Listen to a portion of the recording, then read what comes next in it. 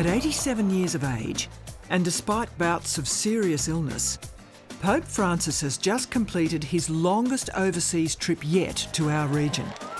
Here in Southeast Asia, he is adored.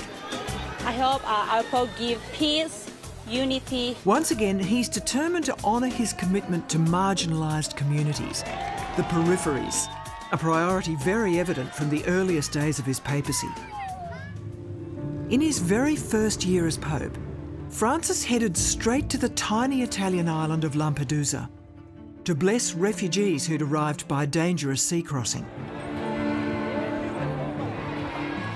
This Pope has been called a disruptor.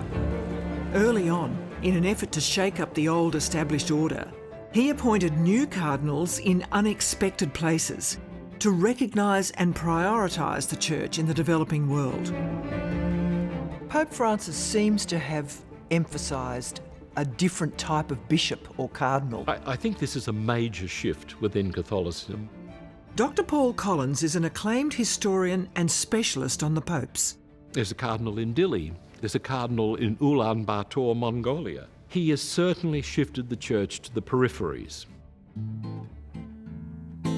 Francis himself was born far from Rome, in Argentina. Born George Bergoglio, he studied to become a Jesuit priest and quickly rose to lead the Jesuits there. During the Dirty War of the 1970s, he was accused of failing to protect two Jesuit liberation theology priests who were tortured by the regime. He was ultimately cleared, but the controversy surrounding his actions remained. Later, as Bishop of Buenos Aires, he became known as a man of the people, living modestly, catching public transport. And he's brought this approach to Rome, where he continues to live far more simply than previous popes. And this movement towards walking together, journeying together, it really calls every single baptized person. You know, when we went to World Youth Day, he said, todos, todos, todos, everyone, everyone's included.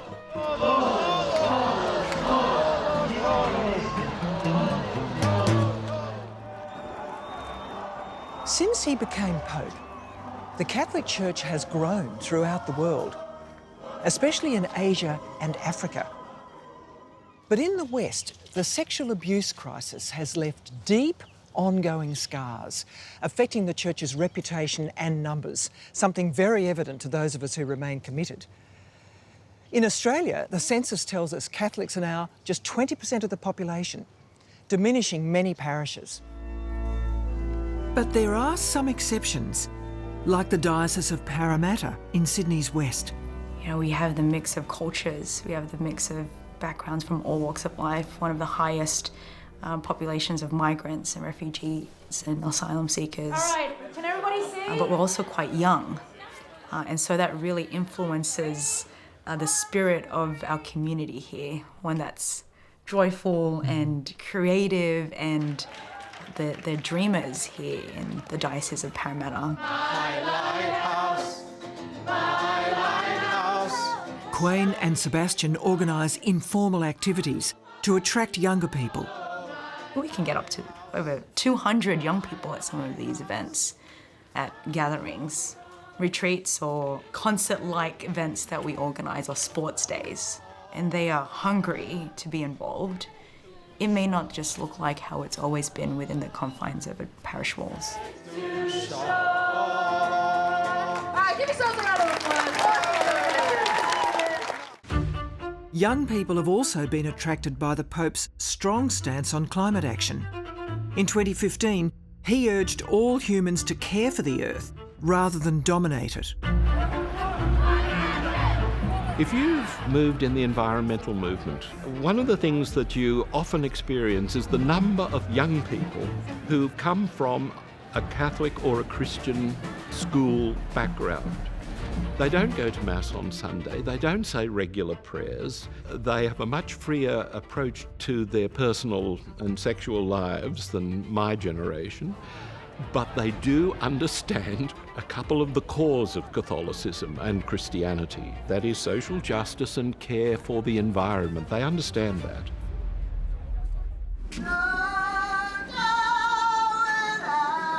In 2022, Pope Francis issued an historic apology to First Nations peoples in Canada for the Catholic Church's catastrophic policies there in indigenous residential schools.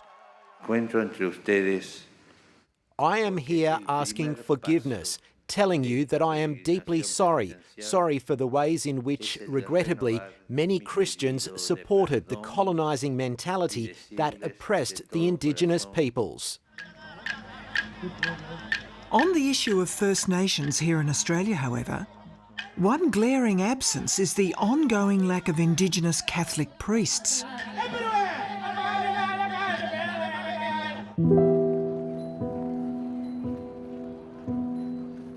But it's the scandal of clerical sexual abuse that remains the biggest crisis the Catholic Church has faced in centuries. A Catholic priest was raping them when this photo was taken this age. And that's why we've been fighting for so long. We need the whole weight of the church put behind helping these victims and ensuring it doesn't happen again. That's what we need. In Australia, the Royal Commission into Institutional Responses to Sex Abuse exposed systemic crime and corruption within religious and secular organisations. From 2012, Francis Sullivan led the Catholic Church's response to the Royal Commission. It is vital that the culture of the Church that enabled the abuse of privilege and power that led to the crimes and cover-up be confronted head-on. Pope Francis has a patchy record on child sex abuse within the Catholic Church. He really had no comprehension of the impact of sexual abuse when he became Pope. He should have, surely. He should have, surely. In 2020, the Vatican sanctioned a prominent Timorese bishop following sexual abuse allegations. A year earlier, a defrocked American priest was jailed for abusing girls in Timor. The victims of sexual violence, right now, it's not a public secret anymore. It's been protected because the Catholic Church was part of the resistance. We would like this progressive Pope to take a stand with the victims, to do a formal apology, to hug the victims. He seemed to have a bit of a tin ear. He wasn't picking up the fact that the voices of victims were being drowned out by the justifications of the clergy. It always wants to believe its own. And Francis, unfortunately, had that attitude in Chile for a long time. It certainly had arisen in Chile. He grasped it there. He saw the impact of it. Eventually.